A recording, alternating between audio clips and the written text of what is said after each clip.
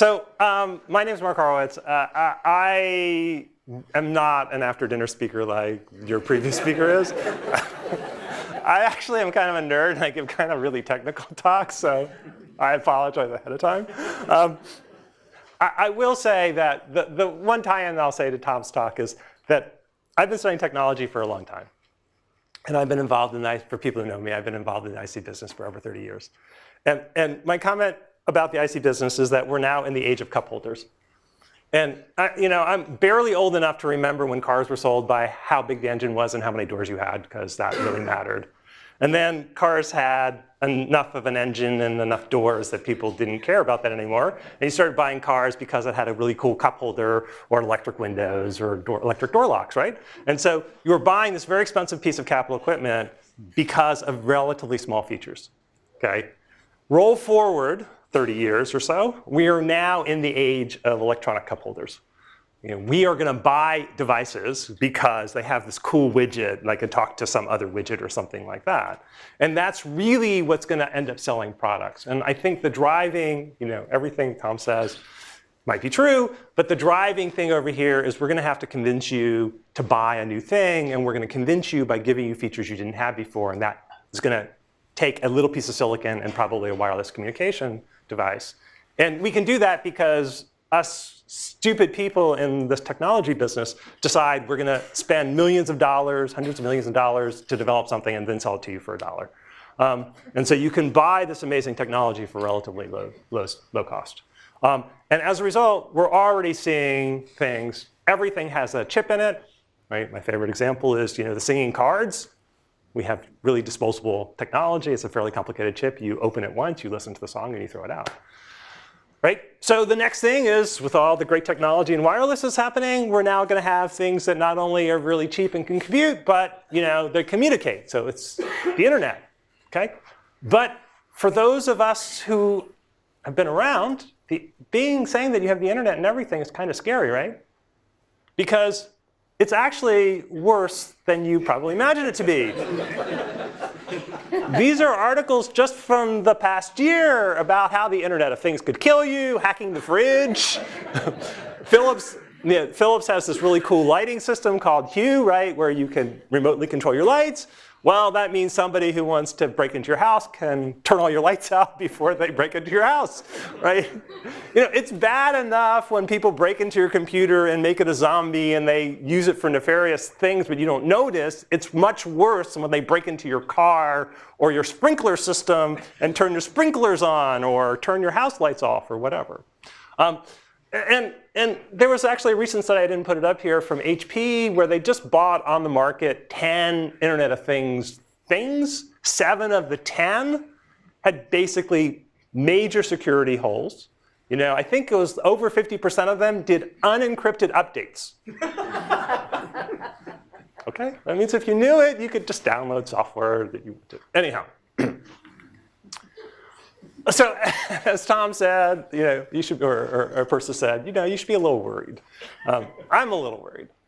So, there are a group of people at Stanford, and actually some faculty from Berkeley and University of Michigan as well, who think that let's not repeat the internet, right? The internet was a good thing, but we now have all these security issues. Wouldn't it be wise to think about some of these issues a little bit ahead of time and try to build an architecture that's a little bit more secure? So we're standing up a new research program, hopefully with a 5-year horizon, where we hope to create essentially an underlying architecture of how to think about the Internet of Things that can give you security.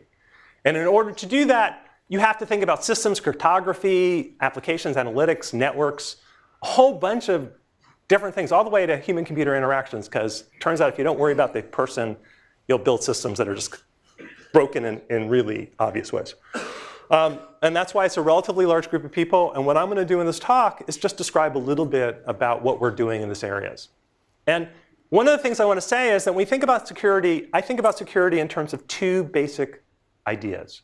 There's data security, and this has to do with a lot about privacy. It's like the data that this system is collecting about me, how hard is it for someone to steal? And then there's this overall system security, which is how hard is it for someone to muck into that system and basically start messing with it.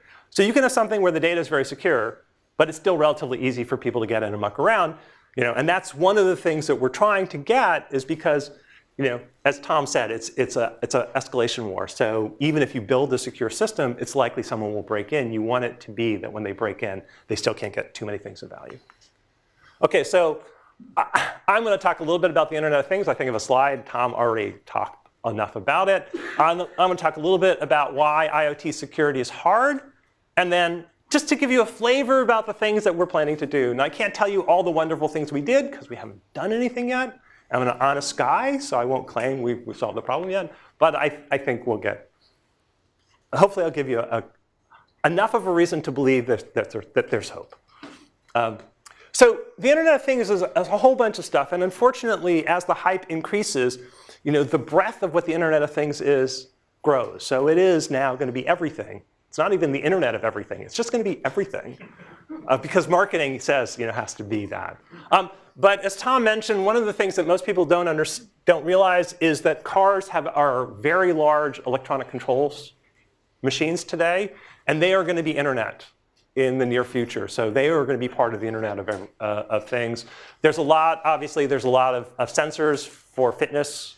And that's a big modern thing. There's a lot of home devices that are getting connected up. And of course, Nest, and then picture frames, and various other things that you probably think about already. Now, if you break down the Internet of Things, you could break it into various different areas. And I think one of the biggest areas today is industrial automation. And the problem, if you include everything in the Internet of Things, is that you won't be able to say anything about really the Internet of Things because the area is so broad. So I think it makes sense to think about this as kind of different application areas. There's industrial automation, there's home area networks, there's personal things that you wear, and then there's network devices in your home. And it turns out this industrial automation is a very different set. It actually already is a relatively large market, and it has a different set of problems. So we're not going to be really looking at that, but we are going to be looking at sort of the home, personal area, and network devices within your home. That's kind of the space that we're going to be looking at initially. And we're not initially going to be looking at autos or other things, because that's more on the industrial side. Now, and I attribute this, if I could remember who told me this, but it was some very wise person once told me when I was looking at CAD tools, is that if you want to build a tool to help you become more productive, the first thing you have to ask is, what is it going to prevent the user from doing? Because if you don't prevent the user from doing something, you can't possibly provide very much help, right? Because you only know within your tool something about some region, something specific. And so if we're going to try to improve the Internet of Things, we're going to have to restrict the space of what we're talking about. So we think about the Internet of Things as being an MGC architecture. Now, what the heck is an MGC architecture? Well, M stands for embedded, because I can't spell.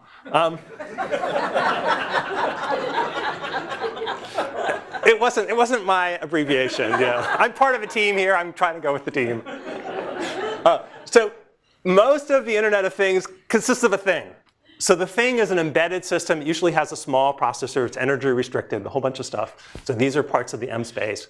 That typically communicates, because it has low energy, constrained wireless. It communicates to a local device, generally a gateway device, most often today a cell phone, but something, the beacon that the little device talks to. And of course, then that gateway goes to C, and the C is the cloud. Basically, it connects into the Internet into some kind of server space. Okay? And if you think about a large class of these Internet of Things, they are going to be a device connected to a gateway connected to the cloud. Now, you can argue with me that you don't need the gateway in all cases, whatever. I don't care. I'm going to build a system that has that, because that satisfies a large percentage of things. And if I keep that architecture constant, then I have some hope of basically providing automation tools. Okay, and then once the data is in the cloud, you obviously can access it by various kinds of user devices. Everybody with me?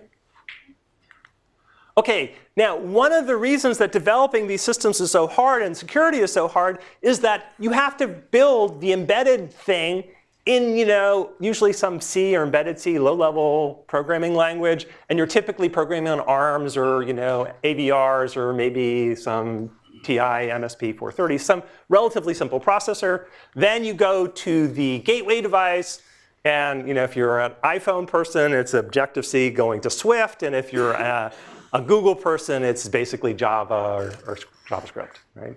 And then the last part of the application you're trying to build is something that runs in the cloud, so you're building some web service backend. Okay, these are all different languages you have to have expertise in, and you have to have your application communicate across all that. It gets complicated. And because of that complexity, security is hard. You're dealing with a distributed system. You've got to deal with devices at different places. They have different languages, different OSs, different networks, very different computational resources between your teeny-weeny processors over here to Google in the cloud. There's many orders of magnitude different. Reasoning about the overall system is hard, especially when you're writing the detailed code at all the different levels. And then probably the biggest problem is, look, everybody wants to make money, right? So you don't make money by having security. You make money by developing the application. So what do you focus on when you're a startup and you're thinking about this? You focus on how do I deliver the service to the people? How do I develop this thing? And because security is hard, I'll worry about that later, right?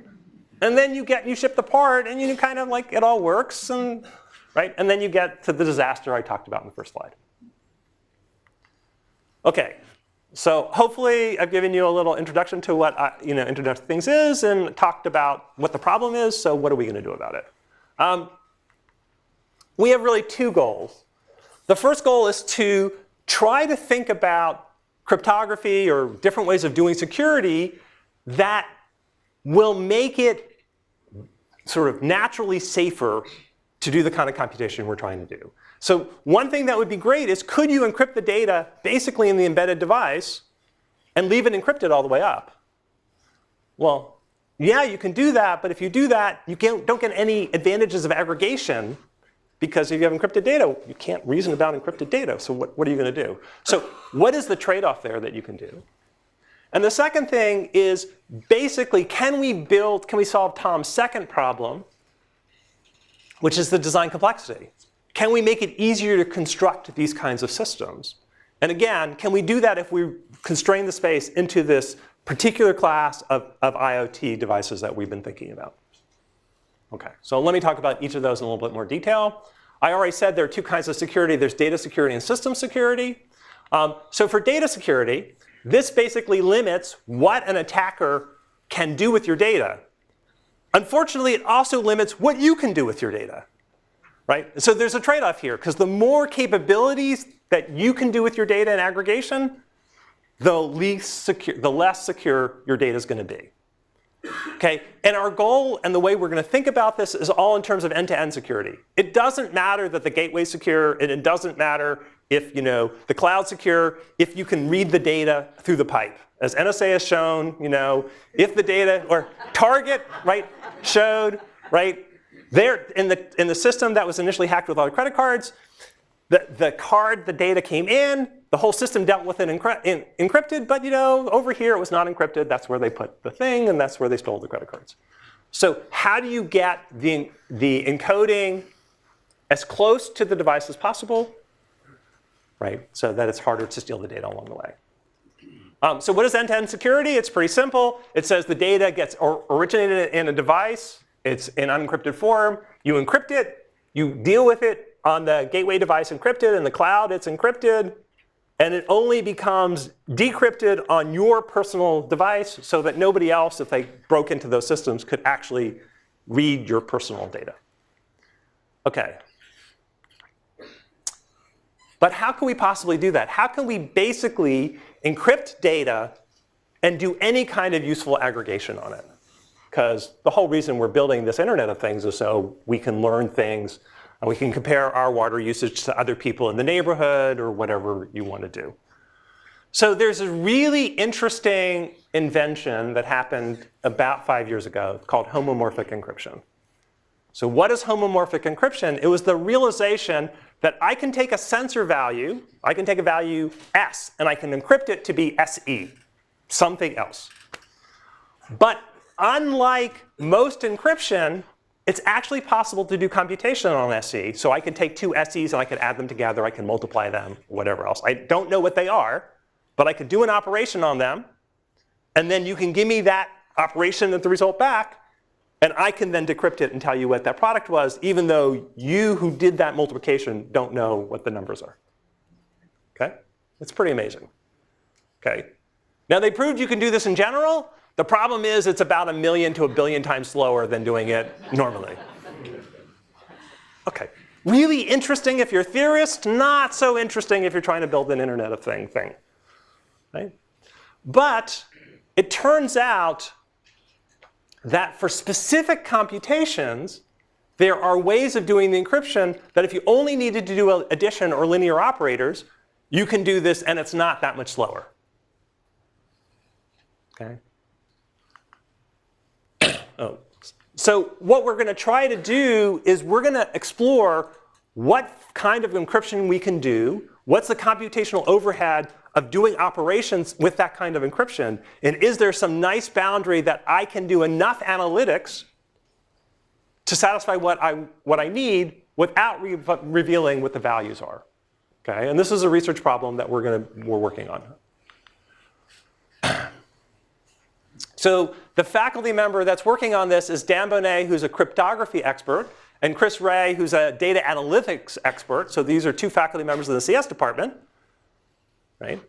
And we're going to try to figure out, is it possible for devices to compute in aggregate without revealing their own data?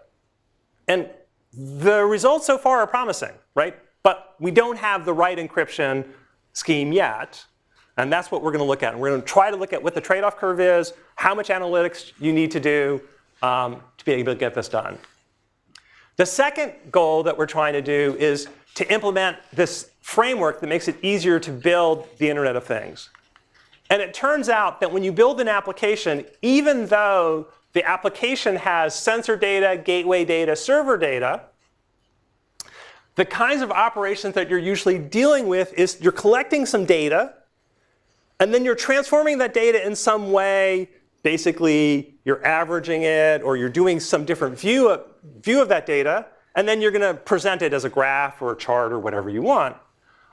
And so we're going to build a language that lets you describe what data you want to collect, what operations you're going to do on that data, and how do you want to present it, independent of where it's being done in this space. Okay? And then what we're going to do is basically allow you to, or have that tool partition it in different places to figure out what's the most efficient for your application. And so Phil Levis has already built a prototype system called Ravel for doing this, and David Marizieras, these are also both faculty in the CS department, are looking at how to actually build the system and deploy it. Okay. So of course, it's the Internet of Things, so you have to worry about the networking aspects. And so we have people working about protocols, how to do some of the different link layers, how to make it very energy efficient. How do you deal with the fact that the wireless is a really crappy link layer? Right? If you're trying to get data across, it's very unreliable. So we, again, have a couple of faculty members, Keith Weinstein and Prabal Dutta. Keith is at Stanford, Prabal is at the University of Michigan, who are working in those areas. And then the area that I'm personally most interested in is this thing called software-defined hardware. My shtick is that we have this amazing hardware. Technology today can do almost anything. The problem is the people who know how to use the technology are not the people who know what applications to solve. Right? Those people tend not to be the technology experts. And we need to better enable people to create hardware or to leverage the hardware that's available. And so we're doing a project called software-defined hardware, which basically says from this description that people are writing, can I actually look up in a library, give them the build the materials, and have them basically play around with those materials to get the form factor they need for their embedded device. So we can automatically generate the embedded device for them, so they don't have to be a hardware expert to do that. And there's lots of interesting questions there, because if you automatically generate a device for somebody, anybody who's built hardware knows that when it first comes back, it never works, right? I've never built a system. I mean, even the systems that I built, my chips always work for silicon. But they never work the first time I turn them on. And so you have to work on how you're going to debug these systems that are being generated that way. And the last thing I want to say is, look, if we're going to build the system, the last thing we have to do is we have to make it easy to use. Because, as we all know, it doesn't matter what kind of security you put in the system. If it's too hard to operate, people will just defeat it in very clever ways. And so we have people on the human-computer interaction side to make sure that the things that we put in are going to basically be used, because otherwise it's all for naught. OK, and with that, I'd like to thank you for your attention.